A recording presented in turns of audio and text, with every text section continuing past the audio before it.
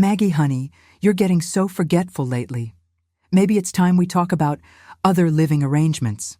My son-in-law Derek said those words to me 3 days ago, standing right there in my kitchen, with that concerned look on his face that seemed just a little too practiced, a little too smooth. He touched my shoulder like I was fragile, like I might break if he wasn't careful. And my daughter Sarah, my own sweet Sarah, she just nodded along, her eyes full of worry that I didn't understand. "Mom, we're just concerned about you," she said softly. "Living alone in this big house at your age." They made it sound so reasonable, so caring. But something about it felt wrong. Something about the way Derek's eyes moved around my kitchen, cataloging everything, measuring something I couldn't quite name. It made my skin crawl. My name is Margaret Thompson, but everyone around here calls me Maggie. I'm 68 years old, born and raised right here in Riverside, Oregon, a little town of about 15,000 souls tucked along the Columbia River with mountains rising up in the distance like guardians. I taught English literature at Riverside High School for 35 years, walked those hallways, graded those papers, watched generations of kids grow up and move on. I retired 5 years ago, and I've been a widow for 3 years now, ever since my Henry lost his battle with cancer. This house, this beautiful old Victorian with the wraparound porch and the garden out back, it's been in my family since 1920. My grandparents built it. My parents raised me here. Henry and I brought Sarah home from the hospital to this house 42 years ago. Every corner holds a memory. Every creaky floorboard tells a story. And Derek thinks I should just leave it all behind because I'm forgetful? Because I'm getting old? Now, before I go any further, I need you to do something for me. Down there in the comments, tell me what city you're watching this from. I mean it. I want to know where you are. Are you in a small town like mine, where everybody knows your business? Or a big city where you can disappear in the crowd? Maybe you're across the ocean somewhere, listening to an old woman's story and wondering where it's going. Well, you just type it out for me. I want to know I'm not alone in this. I want to know there are people out there who understand that sometimes the people closest to you are the ones you need to watch most carefully. So let me tell you what's been happening, because I need to say it out loud to someone, even if that someone is all of you out there watching this. For the past 6 months, maybe longer, things have felt off. Little things at first, things you could explain away if you wanted to. Things that made me question myself, made me wonder if maybe Derek was right, maybe I was getting forgetful. It started small. I'd leave my reading glasses on the kitchen counter, and the next day they'd be in the bathroom. I'd put my house keys in the bowl by the front door where I always put them, and then spend 20 minutes looking for them, only to find them in my coat pocket. At first, I laughed it off. Getting old, Maggie, I told myself. That's what happens. But then it got stranger. I'd set the thermostat to 72 degrees before bed, and wake up shivering because somehow it had been turned down to 60. I'd make sure all the doors were locked at night, something Henry taught me to always do, and in the morning, the back door would be unlocked. I started keeping a little notebook, writing things down. Tuesday, glasses moved. Thursday, keys in wrong place. Saturday, thermostat changed again. I didn't tell anyone about the notebook. What would I say? That I thought someone was coming into my house and moving my things around? That's crazy talk. That's the kind of thing that makes people look at you with pity and start talking about nursing homes and other living arrangements. But here's the thing, and you just listen to me now. I know my own mind. I taught Shakespeare and Faulkner and Morrison to teenagers for 35 years. I balanced budgets and graded papers and remembered hundreds of names and faces. I can still recite poetry I learned 50 years ago. I do the crossword puzzle in the Riverside Gazette every morning, and I finish it. My doctor gave me a cognitive test 6 months ago at my annual checkup, and I passed with flying colors.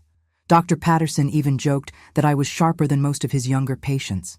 So when I tell you that I didn't move those glasses, that I didn't put those keys in my pocket, that I didn't change that thermostat, you better believe I'm telling the truth. And then there's Derek, my son-in-law for 18 years now, married to my Sarah, father to my grandchildren Emma and Lucas.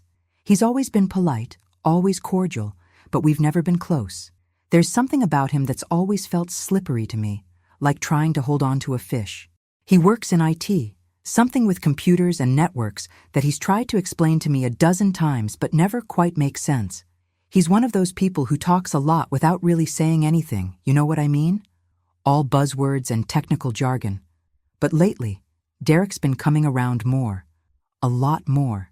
He stops by to check on me 2, 3 times a week, sometimes with Sarah, sometimes alone.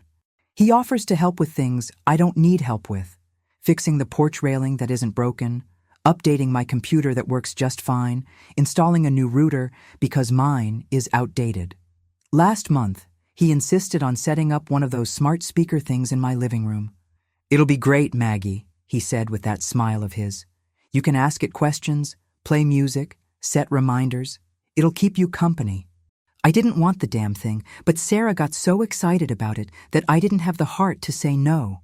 Now it sits there on my bookshelf, that little black cylinder, and sometimes I swear I can feel it watching me. Which is ridiculous, I know. It's a speaker.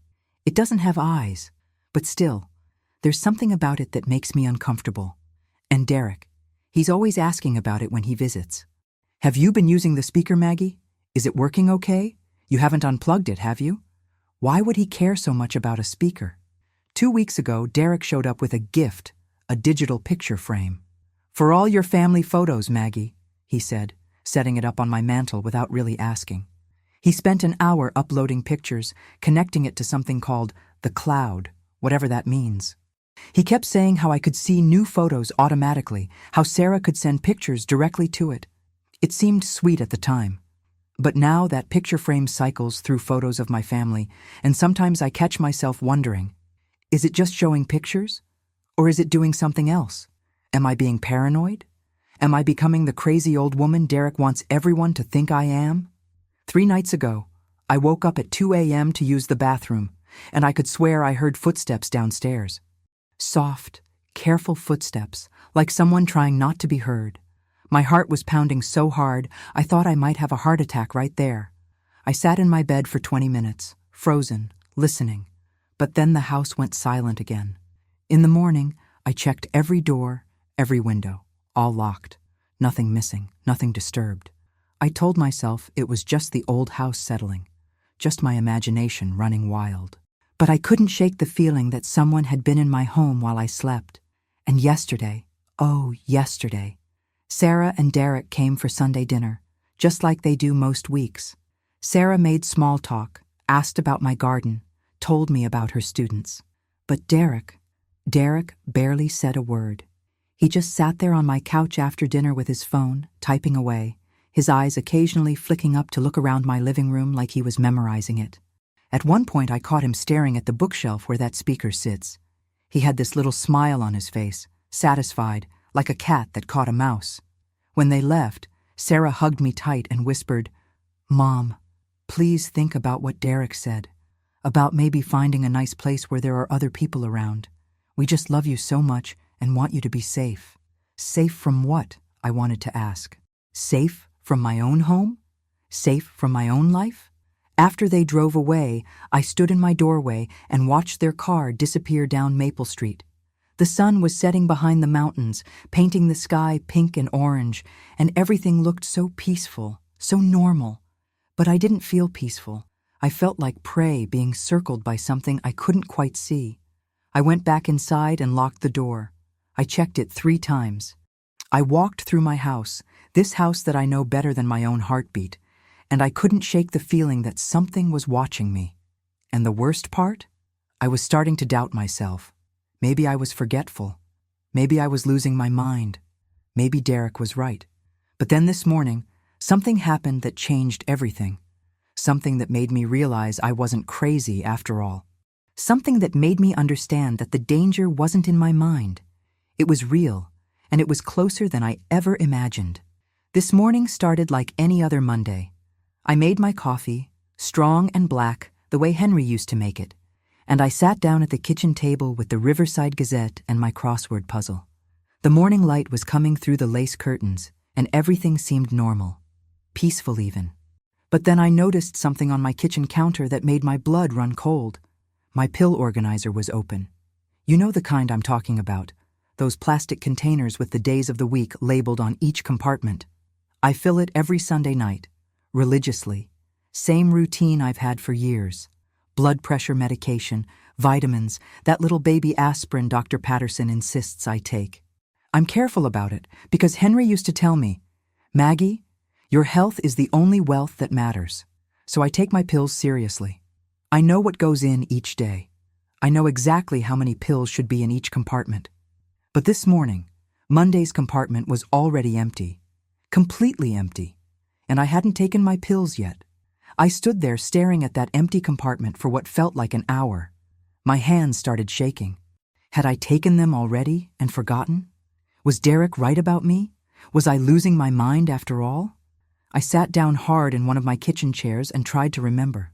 I'd filled the organizer last night. Sunday night, like I always do. I remember doing it. I remember counting out each pill, putting them in the right spots, and I definitely had not taken this morning's dose yet. So where were my pills? I searched the kitchen counter thinking maybe they'd spilled. Nothing. I checked the floor, the sink, even the trash can. Nothing. Those pills had simply vanished, or someone had taken them. But why? Why would anyone take an old woman's blood pressure medication? It didn't make any sense, unless someone wanted me to think I'd already taken them. Unless someone wanted me to doubt my own memory. I sat there at my kitchen table, that empty pill compartment in my hand, and I felt something shift inside me.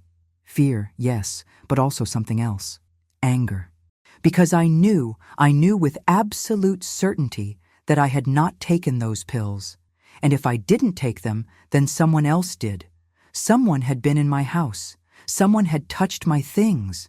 And that someone wanted me to think I was going crazy. Well, I'll be damned if I'm going to let that happen. I put the pill organizer down and looked around my kitchen with new eyes. Really looked. Not just the casual glance you give a room you've seen 10,000 times. I looked at the smart speaker on my bookshelf in the living room, visible from where I sat. I looked at the digital picture frame on the mantel, cycling through photos of Emma and Lucas at the beach last summer. I looked at the corners of my rooms, at the ceiling, at the places where walls met. What was I looking for? I didn't know exactly, but I was looking. Then I remembered something. Last year, when there was that big scandal at the high school, one of the teachers was accused of something inappropriate. The school board had security cameras installed everywhere. I remember some of the other retired teachers talking about it at our monthly lunch. Betty Morrison, who taught chemistry, she said those cameras were so small now, you could barely see them. Smaller than a pencil eraser, she'd said. They can put them anywhere. I felt sick to my stomach. I got up and walked slowly through my house, really examining every room. The living room first, all those gifts Derek had been bringing me. The smart speaker, the digital picture frame, even that new smoke detector he'd insisted on installing last month because he said my old one was out of date. I stood on a chair. Probably not the smartest thing for a 68-year-old woman to do, but I was beyond caring. And I looked at that smoke detector up close. It looked normal. But how would I know if it wasn't? I don't know anything about these modern gadgets. In my bedroom, I noticed for the first time that Derek had also replaced the clock on my nightstand about 3 weeks ago. "This one has a USB port, Maggie," he'd said. "You can charge your phone right from it." I'd thanked him, thought it was thoughtful. But now I picked up that clock and turned it over in my hands, and I felt, I don't know, violated somehow. Like these objects in my own home had become strangers. I went back downstairs and stood in the middle of my living room, turning slowly in a circle. How much of this was in my head? How much was real? I felt like I was losing my grip on reality, which I suppose was exactly the point. The phone rang and I nearly jumped out of my skin. I picked it up on the 4th ring. "Hi, Mom." Sarah's voice was bright and cheerful. "Just calling to check on you. How are you feeling today?" How was I feeling? How was I feeling? I wanted to scream into the phone that someone was taking my pills, that I thought there might be cameras in my house, that her husband was gaslighting me and trying to make me think I was senile. But what came out of my mouth was, "I'm fine, sweetheart. Just doing the crossword."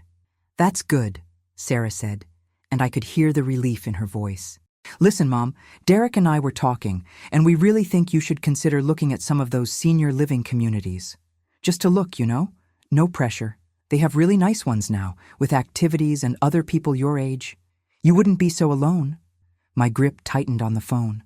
I'm not alone, Sarah. I have my friends, I have my house, I have my life. I know, she said quickly. It's just, Derek mentioned that you seemed a little confused yesterday. He said you couldn't remember where you'd put your car keys, and it took you 20 minutes to find them. That was a lie. A complete and total lie. I hadn't lost my keys yesterday. Derek was making things up, telling Sarah things that never happened, building a case against me like I was on trial. Sarah, I said, trying to keep my voice steady, Derek is wrong. I was not confused yesterday. I knew exactly where my keys were. There was a pause. Mom, why would Derek lie about something like that? Why indeed? That was the question, wasn't it? What did Derek have to gain by making me look incompetent? What did he want? And then it hit me. The house. This house that's been in my family for over 100 years. This house sitting on 3 acres of prime riverfront property.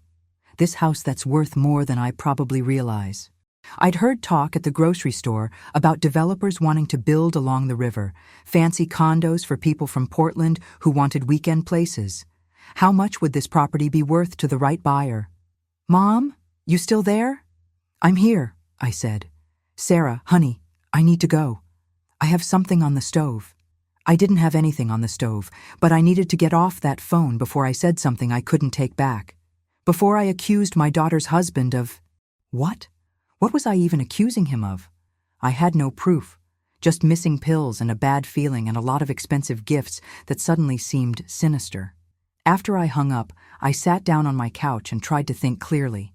If Derek was doing something, and that was still a big if, what could I do about it? Who could I tell? If I went to Sarah, she'd think I was paranoid. If I went to the police and said, my son-in-law is moving my things and maybe watching me somehow, they'd probably think I was senile too. I needed proof. I needed evidence. I needed to know for sure if I was losing my mind or if something real was happening to me. That's when I remembered something. My friend Helen Chen, she lives 3 houses down, owns that little flower shop on Main Street. Her son Tommy, he works with computers, some kind of tech job in Portland. He comes home on weekends sometimes to visit his mother. Helen's mentioned that he's good with security stuff, helps people with their home networks and such. Maybe Tommy could help me. Maybe he could look at all these devices Derek had installed and tell me if I was being paranoid or if there was really something to worry about. I picked up the phone and dialed Helen's number. She answered on the second ring. Helen, I said. It's Maggie. Is Tommy visiting this weekend? I need to ask him something about my computer. Oh, he is, Helen said. He's coming Friday. Is everything okay, Maggie? You sound a little stressed. I'm fine, I lied. I just need some tech help, that's all. We chatted for a few more minutes, and Helen promised to have Tommy stop by Saturday morning. 4 more days. I could make it 4 more days. I hung up the phone and looked around my living room again. 4 more days of feeling watched. 4 more days of doubting myself. 4 more days of living in fear in my own home. But at least now, I had a plan. And somewhere deep inside, underneath all the fear and confusion, I felt that old familiar feeling rising up. The same feeling I'd had when I stood in front of a classroom full of rowdy teenagers and made them care about Emily Dickinson. The same feeling I'd had when Henry got sick, and I knew I had to be strong for both of us. Determination. I wasn't going to be a victim. I wasn't going to let Derek or anyone else make me doubt my own mind. I was going to find out the truth, whatever it took. The next 4 days felt like the longest of my life. I went through my daily routines like normal, made my coffee, did my crossword, tended my garden, but every single moment I was aware, hyper-aware, of every sound in the house, of every object Derek had given me, of the way that smart speaker seemed to sit on my bookshelf like a silent observer. I started talking less when I was alone, afraid that somehow my words were being recorded. Is that paranoia? Maybe, but maybe it's survival. On Tuesday, I came home from the grocery store to find my back door unlocked again. I know I locked it. I checked it twice before I left, the way I always do. But there it was, unlocked, and my heart was pounding so hard I could hear it in my ears. I stood in my kitchen with my bags of groceries still in my hands and looked around. Nothing seemed disturbed. Nothing moved. But someone had been here. I knew it in my bones. That night I couldn't sleep.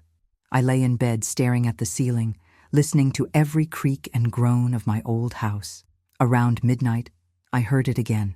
That soft sound of footsteps downstairs. Or was it just the house settling? Or was I losing my mind? I didn't know anymore. I stayed in bed, frozen, too scared to go check, too scared of what I might find. Or worse, too scared that I'd find nothing at all and have to admit I was hearing things. On Wednesday morning, Derek showed up unannounced. Just let himself in through the back door. "You left it unlocked again, Maggie," he said with that concerned smile. I hadn't left it unlocked. I'd checked it 3 times, but I didn't say anything. I just watched him as he walked through my kitchen like he owned it, poured himself a cup of coffee from my pot, and sat down at my table. "Sarah's worried about you," he said, stirring sugar into his coffee. "She says you sounded strange on the phone the other day." "I'm fine," I told him, gripping my own coffee mug so tight I thought it might break. "Are you?" He looked at me with those cool eyes of his. "Because Sarah mentioned you thought I'd lied about you losing your keys. That's a strange thing to accuse someone of, Maggie. Makes us wonder if you're confused about things." There was something in the way he said, "us." Like he and Sarah were a united front, and I was the problem they needed to solve together. Like I was already the enemy. "I'm not confused," I said quietly. He smiled. "Of course not. But you know, memory issues can be subtle at first. Henry had his mother in a nursing home the last 2 years of her life, didn't he? Dementia runs in families sometimes. I felt like I'd been slapped. Henry's mother did have dementia, yes, but I'm nothing like her. And for Derek to bring that up, to use Henry's pain against me, it took everything I had not to throw my coffee in his face. "I don't have dementia," I said, my voice shaking. "No one's saying you do, Maggie. We're just concerned. That's all." He finished his coffee and stood up. "I'm going to check your smoke detectors while I'm here. Make sure they're all working properly, for your safety." And then he walked through my house, checking each smoke detector, and I couldn't shake the feeling that he wasn't checking them. He was making sure they were still there, still working, still doing whatever they were designed to do. After he left, I went upstairs and I cried. I sat on the edge of my bed in the room I'd shared with Henry for 40 years, and I cried like I haven't cried since he died, because I felt so alone, so powerless, so trapped in my own home. But then I dried my eyes and I thought about what Henry would say if he were here. He'd tell me to be smart, to be careful, to gather my strength and fight back when the time was right. Henry never believed in being a victim. "Maggie," he used to say, "you're tougher than you think you are." So I stopped crying and I started thinking. On Thursday, I did something I'm not proud of, but desperate times call for desperate measures. When Sarah called to check on me, she'd been calling every day now, always asking how I was feeling, always listening for signs that I was confused. I mentioned casually that I'd been thinking about her suggestion, about maybe looking at some senior communities. Just looking, of course. You should have heard the relief in her voice. "Oh, Mom, that's wonderful. Derek and I can take you to see some places. There's a really nice one over in Cedar Hills, brand new, beautiful facilities." "Maybe," I said. "Let me think about it." But I wasn't thinking about moving. I was buying time, making them think I was considering their plan. So maybe they'd back off a little. Maybe give me some breathing room while I figured out what was really going on. Friday morning, I woke up early, too anxious to sleep. Tommy was coming today. Helen had called yesterday to confirm. He'd stop by around 10 o'clock. I'd spent the past few days trying to figure out how to explain my situation without sounding crazy. "Hi, Tommy. I think my son-in-law might be spying on me through the smart speaker he gave me," sounded insane even in my own head. But I had to try. I had to know. I made a fresh pot of coffee and some blueberry muffins. Helen had mentioned Tommy loved my baking. I cleaned my kitchen, straightened the living room, tried to make everything look normal, like I was a normal grandmother asking for normal tech help. not a paranoid old woman with wild conspiracy theories. At 9:45, I heard a car pull up outside. I looked out the window and saw Tommy getting out of his Honda, a laptop bag slung over his shoulder. He was a nice young man, maybe 30, always polite when I'd see him around town. But before he could make it to my front porch, another car pulled up. A car I recognized, Derek's black Lexus. My heart sank. Of all the times for Derek to show up, why now? Why right now? I watched through my lace curtains as Derek got out of his car and approached Tommy on my walkway. They were too far away for me to hear what they were saying, but I could see Derek's body language, friendly, casual, like they were old friends running into each other. He clapped Tommy on the shoulder, and they talked for a minute, both of them glancing toward my house. Then Tommy got back in his car and drove away. Just like that. He left, and Derek walked up to my front door and knocked. I stood there in my living room, my hands shaking, knowing I had no choice but to answer, knowing that somehow Derek had known Tommy was coming, knowing that whatever Tommy had been about to tell me, I'd never hear it now. I opened the door, and Derek smiled at me. "Good morning, Maggie," he said. "I was just in the neighborhood and thought I'd stop by. I ran into Helen Chen's son out there. Nice kid. He said he was coming to help you with some computer problem?" "It was nothing important," I heard myself say. "Good," Derek said, stepping past me into my house. "Because if you have any tech issues, you should just call me. I'm family. That's what family does." He walked into my living room and sat down on my couch like he belonged there. And I realized with a cold, creeping certainty that he'd been listening. He'd heard me call Helen. He'd heard me make plans with Tommy. He was always listening. After Derek left that Friday morning, after he'd sat on my couch for an excruciating 30 minutes, making small talk about the weather and Sarah's students and how the Riverside High football team was doing this season, I did something I'd never done before in my 68 years. I lied to my own house. I walked around talking out loud like I always did, but now every word was calculated. Every sentence was performance. "Well, I think I'll take a nap," I said to my empty living room, making sure my voice was clear and steady. "All this worry has made me so tired. Derek's probably right. Maybe I should look at those senior communities." I climbed the stairs to my bedroom, closed the door, and sat on my bed. But I didn't lie down. I didn't nap. I sat there in silence, barely breathing, and I thought, if Derek had heard me call Helen, and he must have, there's no other explanation for how he knew Tommy was coming, then he was listening through something in my house. The smart speaker was the obvious answer. Those things are always listening, aren't they? That's how they work. You say, "Hey Alexa," or whatever, and they wake up. But what if Derek had modified it somehow? What if it wasn't just waking up when I called it, but all the time, recording everything I said? My hands clenched into fists on my bedspread. The bedspread that Henry's mother had quilted for us as a wedding gift 50 years ago. The thought of Derek violating this space, this room, this sanctuary, it made me feel sick, but I couldn't let emotion cloud my judgment. Not now. I needed to be smart. I sat there for a long time, thinking about everything Derek had brought into my house over the past few months. The smart speaker, the digital picture frame, the new smoke detectors, the router, that clock on my nightstand, even that new thermostat he'd installed, saying my old one was inefficient. How many of those things were watching me, listening to me, tracking my every move? I thought about going to the police. But what would I tell them? That my son-in-law gave me gifts, and now I think he's spying on me? They'd smile politely and maybe suggest I talk to someone, a therapist, a doctor. They'd think I was paranoid, delusional. Exactly what Derek wanted everyone to think. No, I needed proof. Real, undeniable proof. But how could I get proof if Derek was always listening? If he knew my every plan, my every phone call, my every conversation? That's when it hit me. I needed to get out of this house. I needed to make plans where Derek couldn't hear me. I needed to be smarter than whatever technology he'd planted in my home.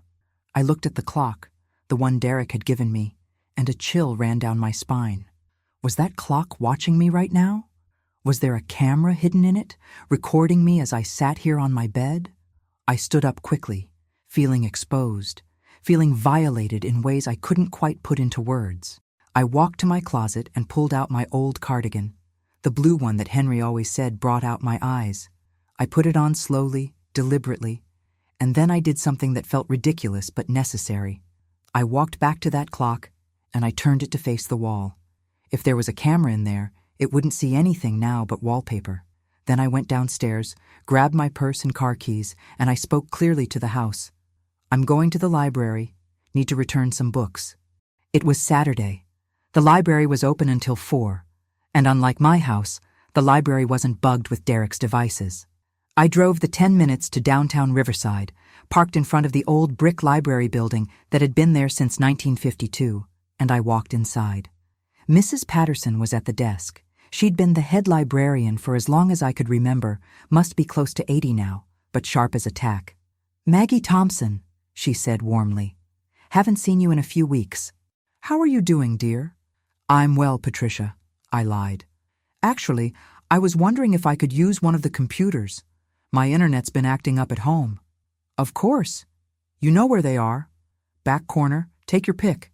I settled myself at one of the library computers, looking around to make sure I was alone. 2 teenagers were studying at a table across the room, headphones in, not paying attention to anything but their textbooks. Perfect. I opened the browser and stared at the search bar. What was I even looking for? How to tell if you're being spied on? How to find hidden cameras? It all seemed so surreal, like something from a movie, not something happening to me. Margaret Thompson, retired English teacher in Little Riverside, Oregon. But I started typing. Hidden cameras in home devices. The search results that came up made my stomach turn. Apparently, it was easier than I'd thought. Cameras could be hidden in smoke detectors, clocks, picture frames, even USB charging ports. They could be tiny, nearly invisible, and they could stream video directly to someone's phone or computer. I kept searching. Smart speakers recording conversations. More disturbing results. While most smart speakers were supposed to only record when activated, there had been cases of them being hacked, modified, or simply malfunctioning and recording everything. And if someone with technical knowledge wanted to use one for surveillance, it wouldn't be that difficult. Derek had technical knowledge. That was his whole career. I felt cold all over. Next search. How to detect hidden cameras. I read article after article, taking mental notes since I didn't dare write anything down that I'd have to take home with me. Apparently, you could use your phone's camera to detect some hidden cameras. They'd show up as small lights or reflections. You could also get devices that detected wireless signals. And you could do a physical inspection, looking for anything that seemed out of place or modified. I looked at the clock on the library wall. I'd been here for almost 2 hours. If I stayed too long, Derek might get suspicious. I needed to act normal, like I really had just come to the library for books and internet. I cleared my browser history, something I'd learned from teaching teenagers who thought they were so sneaky, and I logged off the computer. I checked out 3 books from the new fiction shelf, barely looking at what I was grabbing, and I drove home. When I pulled into my driveway, I sat in my car for a moment, looking at my house. My beautiful Victorian house with its wraparound porch and gingerbread trim. The house that held every memory of my adult life. It looked so peaceful in the afternoon sunlight, like a postcard, like home. But it didn't feel like home anymore. It felt like a cage. I took a deep breath, grabbed my library books, and I walked inside. "I'm back," I called out cheerfully. "Got some wonderful new novels. Going to make some tea and start reading." And that's exactly what I did. I made tea, I sat in my favorite chair, and I opened a book. But I wasn't reading the words on the page. I was planning. Because now I knew what I was up against. And tomorrow, when Derek thought I was at church like I was every Sunday morning, I was going to search my house. I was going to find every camera, every device, every piece of evidence. And then I was going to figure out how to make Derek pay for what he'd done. Sunday morning, I got dressed for church like I always did. Navy blue dress, pearl earrings, sensible shoes. I made sure to say it out loud as I came downstairs. Off to the 10 o'clock service. Pastor Mike is doing a sermon on forgiveness today. Should be good. I even got in my car and drove away. But I didn't go to Riverside Community Church. Instead, I drove to the Walmart 2 towns over, 25 minutes away, where nobody knew me, where there were no cameras connected to Derek, where I could buy what I needed without raising suspicion. I walked through those fluorescent-lit aisles, feeling like a criminal, like I was doing something wrong instead of trying to protect myself in my own home. I found what I was looking for in the electronics section, a small flashlight with a bright LED, the kind the website said could help detect camera lenses. I also bought a cheap prepaid phone, cash only, no credit card trail for Derek to follow. By 11:30, I was back home. I'd timed it perfectly. Church service would just be ending. I parked in my driveway and called out as I walked in, "I'm home. Beautiful service today. I'm going to change into something comfortable and maybe do some reading." I went upstairs, changed into slacks and a sweater, and then I waited. I waited until I heard Derek's text notification sound from the smart speaker downstairs, that little chime it made when connected devices got messages. He was checking on me, making sure I was where I was supposed to be. Good. Let him think everything was normal. I closed my bedroom door, and I started with the clock on my nightstand, the one Derek had given me with the convenient USB port. I picked it up carefully and turned it over in my hands. It looked ordinary enough. Black plastic, digital display, 2 USB ports on the side. But when I turned on my new flashlight and shined it at different angles, I saw it. A tiny glass circle. Smaller than a pencil eraser, just like Betty Morrison had said. Hidden in the speaker grill on the front of the clock, a camera, pointed directly at my bed. My hands started shaking so badly I almost dropped the clock. That son of a bitch had been watching me sleep, watching me change clothes, watching me in my most private moments. I felt violated in ways I couldn't even begin to process. I wanted to throw that clock against the wall, smash it into 1,000 pieces. But I didn't. I couldn't. Not yet. If Derek knew I'd found the cameras, he'd escalate. He'd move faster. Whatever plan he had, he'd put it into action before I could stop him. So I set the clock down gently, exactly where it had been, and I turned it to face the wall like I'd done yesterday. "Too much sunlight on the display," I said out loud, my voice surprisingly steady. "Can't read the numbers." Then I went to work on the rest of the house. The smoke detector in my bedroom, camera hidden in the indicator light, the digital picture frame in the living room, camera in the frame itself, disguised as a sensor. The smart speaker. I couldn't tell if there was a camera in that one, but I knew it was recording audio at minimum. Even the new thermostat in the hallway had a tiny lens embedded in it. By the time I finished my search, I'd found 6 cameras, 6 different angles covering my bedroom, living room, kitchen, and hallway. The only place without a camera was my bathroom, and I thanked God for that small mercy. I sat down on my couch, my mind reeling. 6 cameras. Derek had installed 6 cameras in my house, and I'd thanked him for every single one. I'd smiled and said how thoughtful he was. What a good son-in-law, so helpful with all this modern technology I didn't understand. And all the while, he'd been building a surveillance system in my own home. But why? That was the question that kept circling in my mind. Why go to all this trouble? Why watch me? Why record me? I thought about what Derek had said, about other living arrangements, about me being forgetful, about how memory issues could be subtle at first. And suddenly, it clicked into place. He wasn't just watching me. He was documenting me, building a case. Every time I couldn't find my keys, because he'd moved them. Every time I seemed confused, because he'd manipulated my environment. Every time I appeared forgetful, because he'd made me look that way.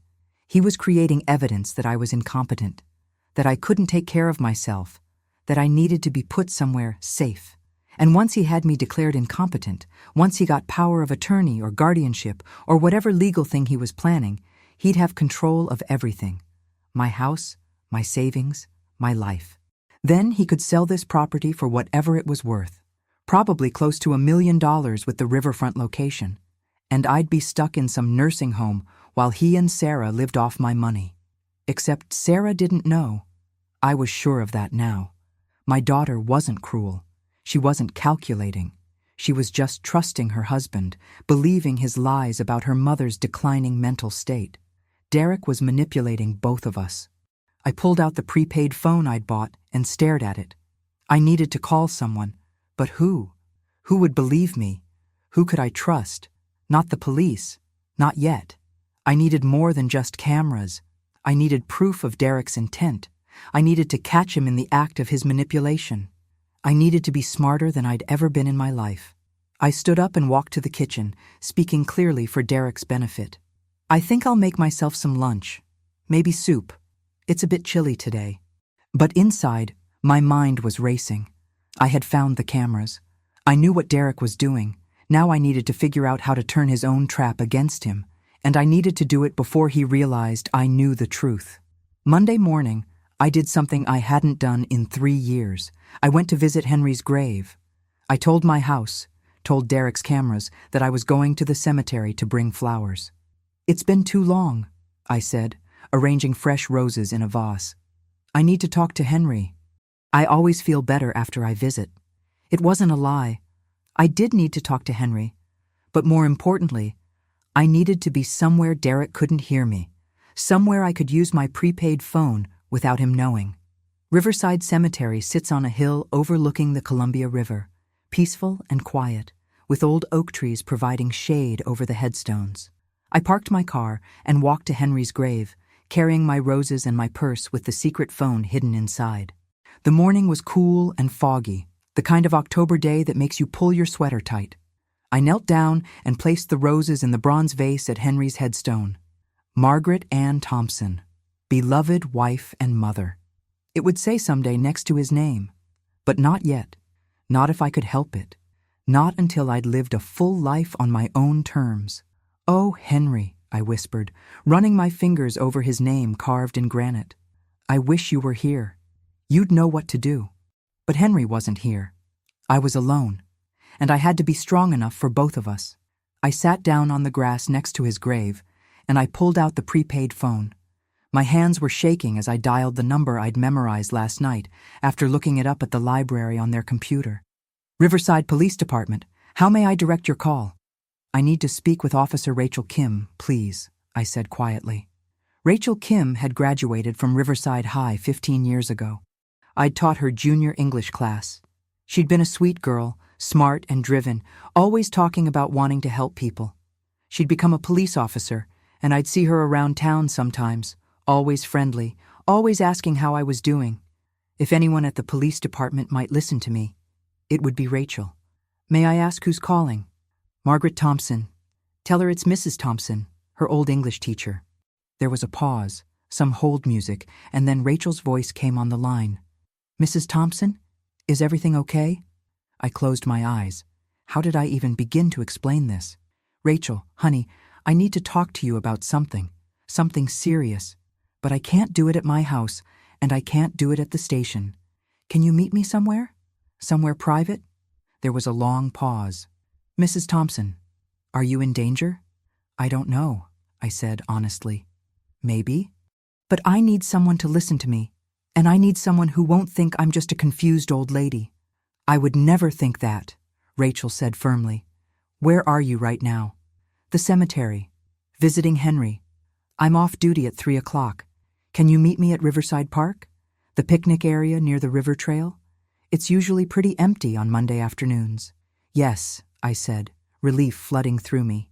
"Yes, I'll be there. Thank you, Rachel. Mrs. Thompson, don't thank me yet. Just be careful, okay? Whatever this is about."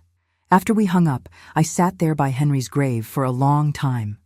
I talked to him like I used to, told him about the garden and the weather and how Emma was doing in school. Normal things. Things that Derek could hear if somehow he was tracking my location, if he was suspicious. But in my head, I was talking to Henry about other things, about being scared, about feeling trapped, about hoping I was making the right choice by involving the police. When I got home around noon, I found Derek's car in my driveway. My heart dropped. He never came by on Mondays. Mondays were his busy day at work, or so he'd always said. What was he doing here? I parked behind him and walked slowly to my front door. Before I could reach it, Derek opened it from inside. He'd used the spare key I'd given Sarah years ago. "For emergencies," I'd said. This wasn't an emergency. This was an invasion. "Maggie," he said with that smile. "I was hoping I'd catch you. I was in the area and thought I'd stop by." "I was at the cemetery," I said, showing him the empty vase. "Visiting Henry." "That's sweet," he said, but his eyes were calculating. "You go there often?" "Not as often as I should." He stepped aside to let me in my own house. "I actually wanted to talk to you about something. Sarah and I have been discussing your situation, and we think we've found the perfect place for you. Meadowbrook Senior Living, over in Cedar Hills. Beautiful facility, really top-notch. We'd like to take you to see it. Maybe tomorrow?" "Tomorrow." He was pushing faster now. "Why? What had changed?" "That's very thoughtful," I said carefully, "but I'm not sure I'm ready to visit places yet. I'm still thinking about it." His smile tightened just a little. "Maggie, I really think you should come see it. Sarah's worried about you. We're all worried, and the sooner we find you somewhere safe, the better everyone will feel." There was something in his voice, a hardness under the concern, an impatience. "Let me think about it," I said. "Of course," Derek said. "You think about it. But Maggie, we can't wait forever. Decisions need to be made." It sounded like a threat. It probably was a threat. After he left, I stood in my living room, and I realized something. Derek was getting nervous. Maybe he'd seen me at the cemetery and wondered who I'd been talking to. Maybe he'd noticed me buying that phone at Walmart. Had he been tracking my credit cards? Or maybe he just sensed that something had shifted, that I wasn't playing along quite as easily as I had been. Whatever the reason, he was accelerating his plan, which meant I needed to accelerate mine. I looked at the clock, 1:47 p.m. I had just over an hour before I met Rachel at the park. 1 hour to figure out how to explain that my son-in-law had turned my home into a prison. 1 hour to convince someone that I wasn't crazy. 1 hour to start fighting back. I got to Riverside Park at 2:50 p.m. The picnic area was empty like Rachel had predicted. Just a few wooden tables scattered under Douglas firs with the Columbia River flowing past beyond the tree line. The air smelled like pine needles and approaching rain. I chose a table with a clear view of the parking lot so I could see Rachel arrive. At exactly 3 o'clock, an unmarked sedan pulled up and Rachel got out. She wasn't in uniform, jeans and a sweater, her black hair pulled back in a ponytail. She looked around carefully before walking over to my table. "Mrs. Thompson," she said, sliding onto the bench across from me. Her face was serious, concerned. "Talk to me." "What's going on?" I'd rehearsed this a dozen times in my head on the drive over. I'd tried to figure out how to make it sound rational, believable, not like the paranoid delusions of an old woman losing her grip on reality. But now, sitting across from Rachel with her dark eyes watching me intently, all my rehearsed words flew out of my head. "My son-in-law is spying on me," I said simply. "He's installed cameras throughout my house. He's recording everything I do, everything I say.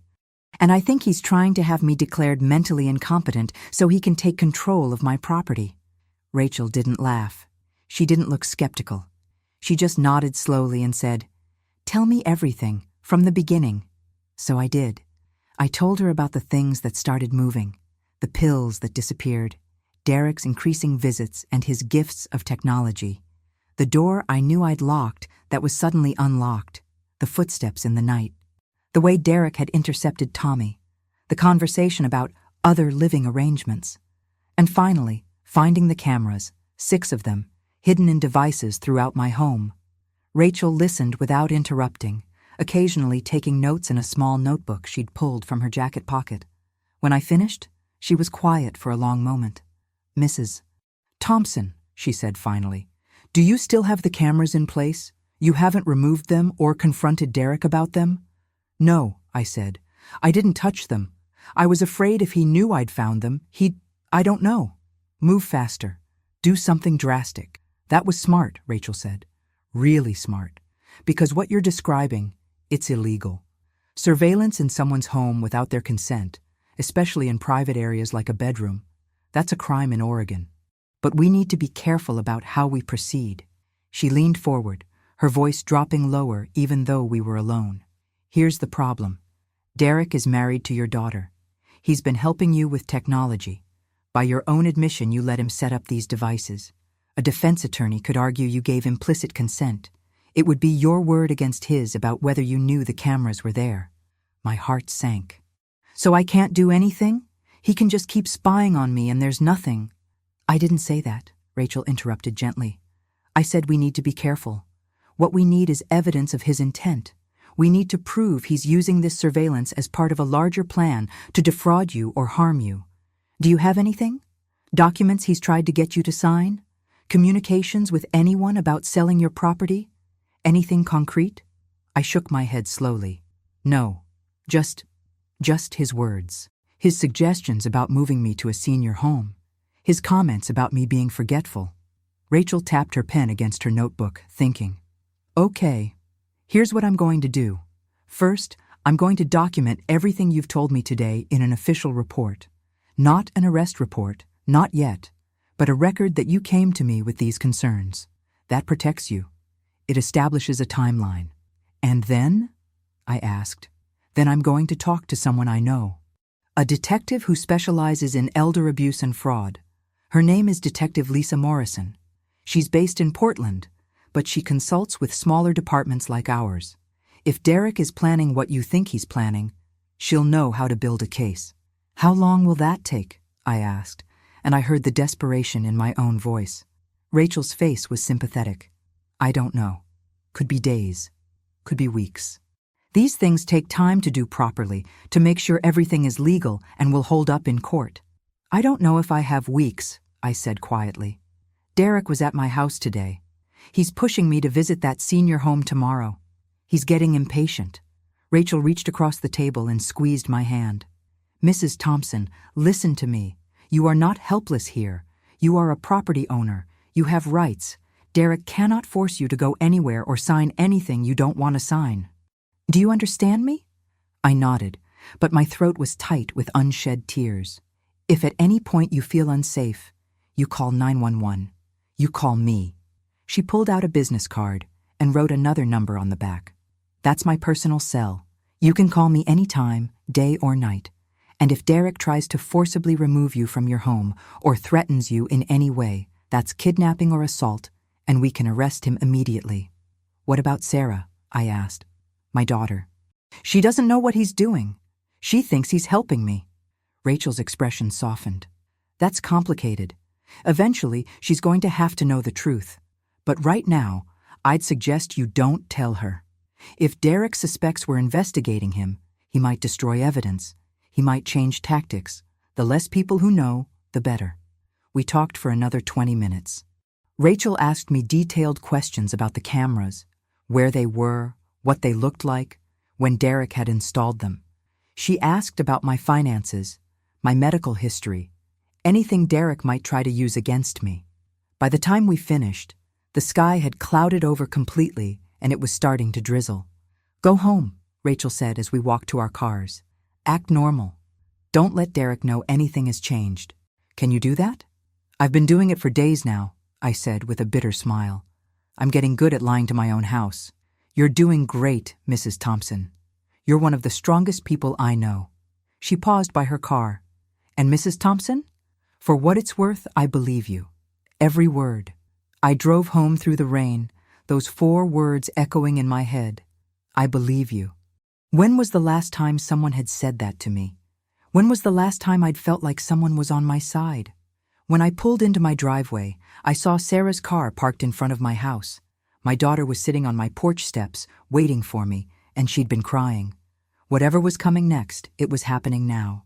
I sat in my car for a moment, watching my daughter through the rain-streaked windshield. Sarah had her face in her hands, her shoulders shaking. My first instinct was to run to her, to hold her like I did when she was little and scraped her knee or had a nightmare. But something held me back. Caution. Fear. The knowledge that whatever was about to happen could change everything. I got out of the car slowly and walked up the porch steps. Sarah looked up at the sound of my footsteps, and I saw her face was blotchy and red, mascara running down her cheeks. She looked devastated. "Mom," she said, and her voice broke on the word. "Sarah, honey, what's wrong?" I asked, sitting down beside her on the wet steps. The drizzle was getting heavier, but neither of us moved to go inside. She pulled something out of her jacket pocket. A piece of paper, folded and refolded so many times it was soft as cloth. Her hands shook as she handed it to me. "I found this in Derek's home office," she whispered, "in a folder labeled Mom's Care Plan. I thought it was going to be information about senior homes, brochures, that kind of thing. But it wasn't." I unfolded the paper. It was a printout of an email exchange between Derek and someone named Richard Crane. My hands started shaking as I read. "Richard, the property is worth at least $850K, possibly more given the river access. 3 acres, zoned residential, but could potentially be rezoned commercial. My contact at City Planning says developers are very interested in this area. Once I have POA, we can move forward with the sale. She's getting more difficult, but I'm documenting everything. The cameras are working perfectly. I should have enough evidence of incompetence within the next few weeks. Derek." The response from Richard: "Good work. I have buyers lined up already. Make sure the documentation is airtight. We can't have this challenged later. Let me know when you're ready to move her." I felt like I'd been punched in the stomach. There it was. Written proof of exactly what I'd suspected. What I'd tried to convince myself might just be paranoia. Derek wasn't just spying on me. He was actively planning to steal my home and sell it out from under me. "Mom," Sarah said, and she was crying harder now. "Mom, I didn't know. I swear to God, I didn't know. I thought—" He kept telling me you were getting confused, that you were forgetting things, that you needed help. He showed me his notes about times you couldn't find your keys or seemed disoriented. He made it sound like he was documenting things to help you, to make sure you got the right care. I believed him. I believed everything he said. "Sarah," I started, but she cut me off. "There's more," she said. "I kept digging after I found that email. Mom, there are videos, hours and hours of videos of you, in your bedroom, in your living room, in the kitchen.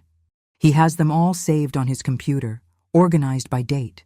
Some of them are edited, cut to make you look like you're talking to yourself, wandering around confused. But I know you, Mom. I know you weren't confused. He was setting you up." She grabbed my hands, squeezing them so tight it almost hurt.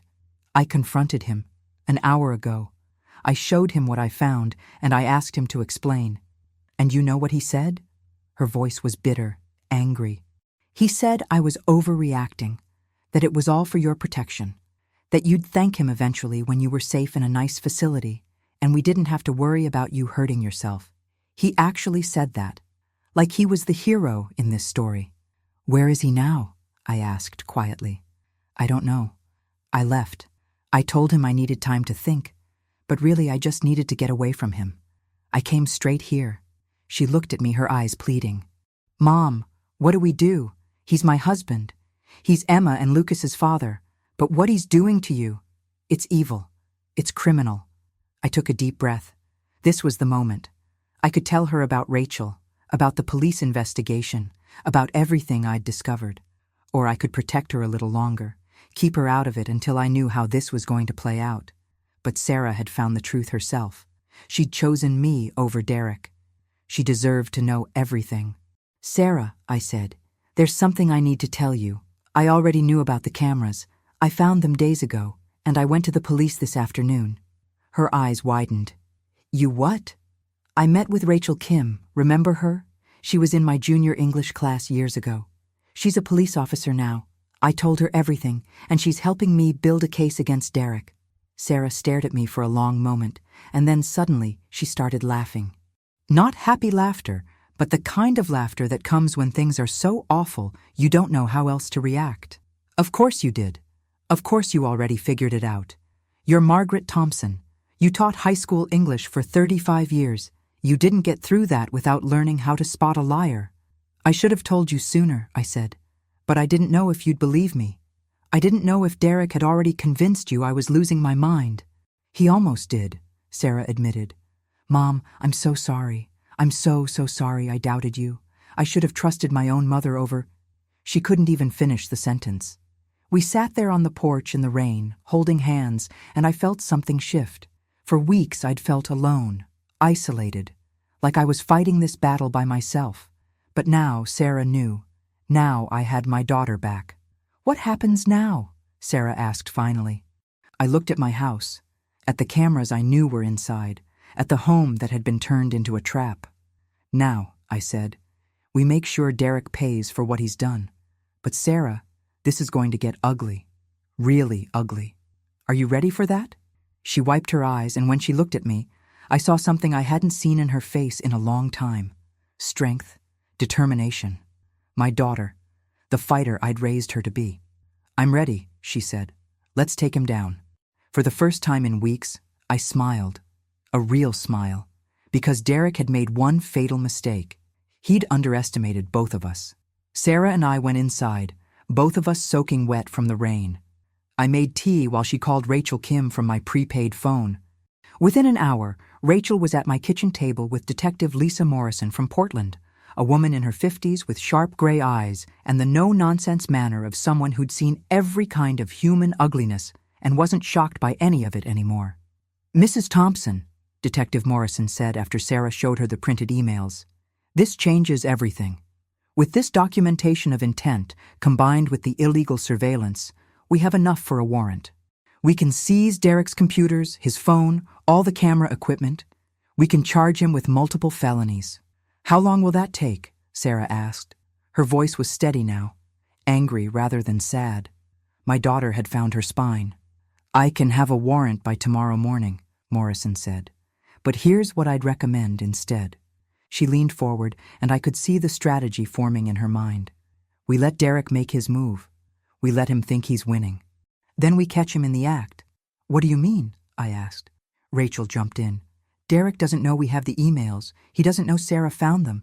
She put everything back exactly where it was, right? Sarah nodded. I took pictures with my phone, but I left the originals in his filing cabinet. Good, Morrison said. So from Derek's perspective, nothing has changed. He still thinks he's in control. He still thinks his plan is working. What we need is to get him on record explicitly trying to defraud you or coerce you. We need him to show his hand completely. I understood what she was suggesting. You want me to agree to visit that senior home, to make him think I'm giving in. Exactly, Morrison said. We wire you. You go to Meadowbrook with Derek and you let him pressure you. Let him try to get you to sign papers. Let him make threats or promises or whatever he does. We'll have officers nearby the entire time. The moment he does anything actionable, we move in. Sarah looked worried. Is that safe? What if he tries to force her to sign something? What if he... I'll be fine, I said, surprising myself with how calm I sounded. I've dealt with rowdy teenagers for 35 years. I can handle Derek. Detective Morrison smiled. The wire will have a panic button. If at any point you feel unsafe, you press it and we come in immediately. But Mrs. Thompson, I have to be honest with you. The stronger the case we build, the longer Derek goes to prison. If we can get him to explicitly state his plan, to admit to the surveillance, to try to coerce you into signing over power of attorney or property rights, that's conspiracy to commit fraud, elder abuse, unlawful surveillance, possibly even attempted kidnapping depending on how it plays out. We're talking years in prison, not months. I thought about Derek sitting in my living room, smiling that cold smile. I thought about the camera in my bedroom, watching me sleep. I thought about him telling Sarah I was incompetent, making my own daughter doubt me.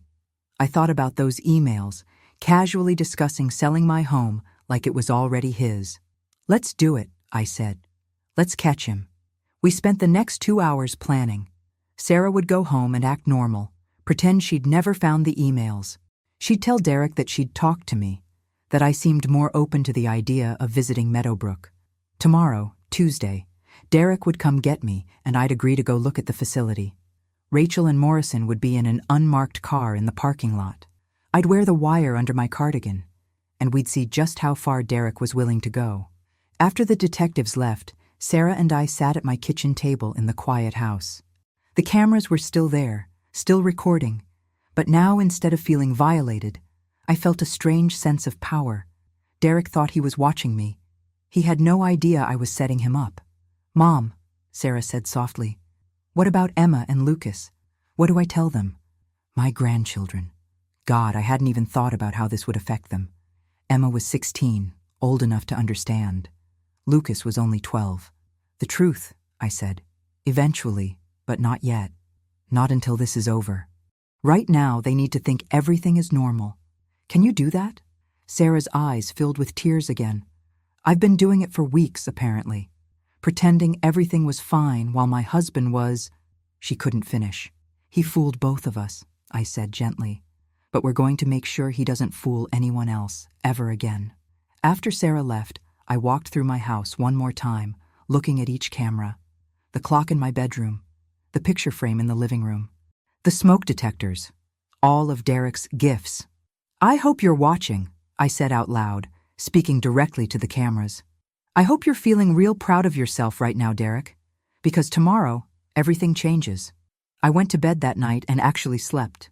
For the first time in weeks, I wasn't afraid. I wasn't alone. I had my daughter. I had the police. I had proof. And tomorrow, I'd have justice. Tuesday morning came with clear skies, like the universe was giving me good weather for what I had to do. I dressed carefully, slacks and a loose cardigan perfect for hiding a wire. I made coffee and toast, and I waited. Derek arrived at 10 o'clock sharp, punctual as always. He knocked on my door wearing khakis and a pressed shirt, looking like the perfect concerned son-in-law. "Morning, Maggie," he said with that smile. "Ready to go see Meadowbrook? I think you're really going to love it." I smiled back. "I'm ready, Derek. Let's go." He had no idea that under my cardigan, taped to my chest, was a recording device. He had no idea that Rachel Kim and Detective Morrison were already in position. He had no idea that every word he was about to say would be used against him in court. As we walked to his car, Derek put his hand on my back, guiding me like I was fragile, like I needed help. "You're making the right choice," he said. "Sarah and I are so proud of you for being open-minded about this." "Oh, I'm being very open-minded," I said. He opened the passenger door for me, and I got in. The trap was set. Now all Derek had to do was walk right into it. The drive to Meadowbrook Senior Living took 20 minutes. Derek talked the whole way, his voice smooth and practiced, telling me about the facility's amenities, the social activities, the wonderful staff who would take care of me.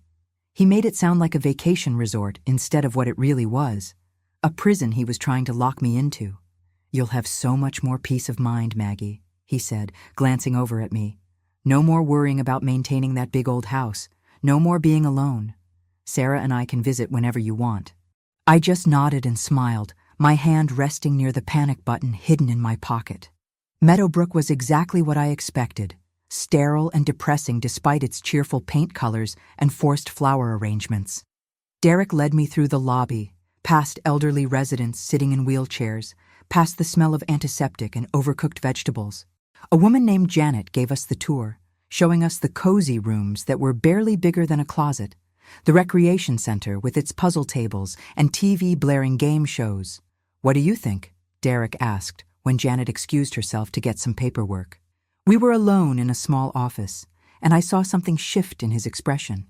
The concerned son-in-law mask slipped just a little. "It's nice," I said carefully.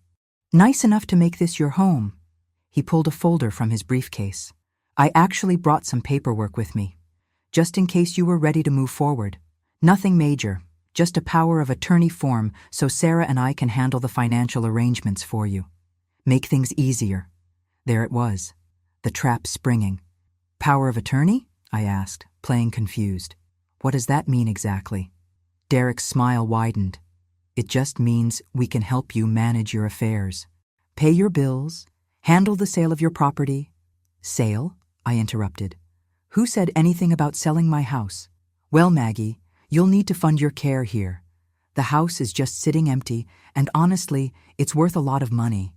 Sarah and I have already been in touch with some developers who are very interested in that riverfront property. We're talking close to $1 million. That would keep you comfortable here for the rest of your life." "You've already contacted developers?" I kept my voice confused, vulnerable. "Without asking me?" "Of course, Maggie." And now his tone changed, became harder, impatient. "Someone has to make these decisions. You're not capable of handling complex financial matters anymore. The cameras don't lie. I've got hours of footage showing you wandering around confused, forgetting things, talking to yourself. Any judge would agree you need someone to manage your affairs." "Cameras?" I said softly. What cameras, Derek? He froze for just a second, realizing what he'd admitted. Then he laughed, but it was forced. The ones I installed for your safety, remember? To make sure you weren't falling or having medical emergencies. You said it was fine. I never said that was fine, I said. And now I dropped the confused act. My voice became steel. I never gave you permission to put cameras in my bedroom, Derek. I never gave you permission to watch me sleep, to record me, to edit videos, to make me look incompetent so you could steal my property. His face went white, then red. You... What? Maggie, I don't know what you think. I know about the emails, I said, standing up. The ones between you and Richard Crane. I know about your plan to have me declared incompetent. I know about everything. Derek stood too, and for the first time, I saw real anger in his face. The mask was completely gone now. You stupid old woman. Do you have any idea what you're messing with? That property is mine. I've invested 18 years in this family, putting up with your daughter's mediocrity, playing the devoted husband. I've earned that house. You've earned nothing, I said, except a prison sentence. His eyes narrowed. Who's going to believe you?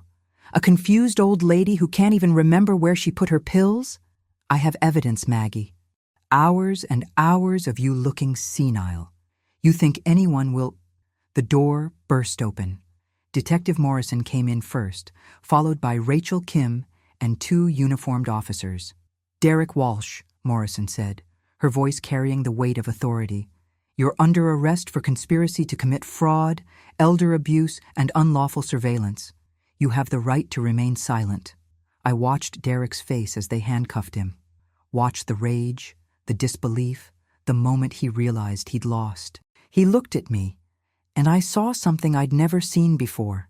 Fear. You can't do this, he said, as they pulled him toward the door. Sarah won't let you do this to me. Sarah is the one who found your emails, I said quietly. Sarah is the one who chose her mother over you. You didn't just underestimate me, Derek. You underestimated both of us. They led him out, still protesting, still making threats. But his voice got smaller and smaller until it disappeared entirely. Rachel put her hand on my shoulder. You did great, Mrs. Thompson. We got everything we needed. I nodded, suddenly exhausted. What happens now? Now, Detective Morrison said. Now we build our case. Between the recordings from today, the emails Sarah found, the cameras in your house, and the surveillance footage we'll pull from his computers, Derek Walsh is looking at 10 to 15 years minimum, and his partner Richard Crane is going down with him. 10 to 15 years. Real consequences. Real justice. That evening, I sat on my porch watching the sunset over the Columbia River. Sarah was inside with Emma and Lucas. She'd told them the truth, and while it had been hard, they were strong kids. They'd understand eventually. Helen Chen had brought over a casserole, and half the neighborhood had stopped by after word got out. A town like Riverside, news travels fast. Rachel had helped me remove all the cameras from my house, every single one. We'd bagged them as evidence, and watching them being carried away felt like a weight lifting off my shoulders. Now, my house was mine again, my home.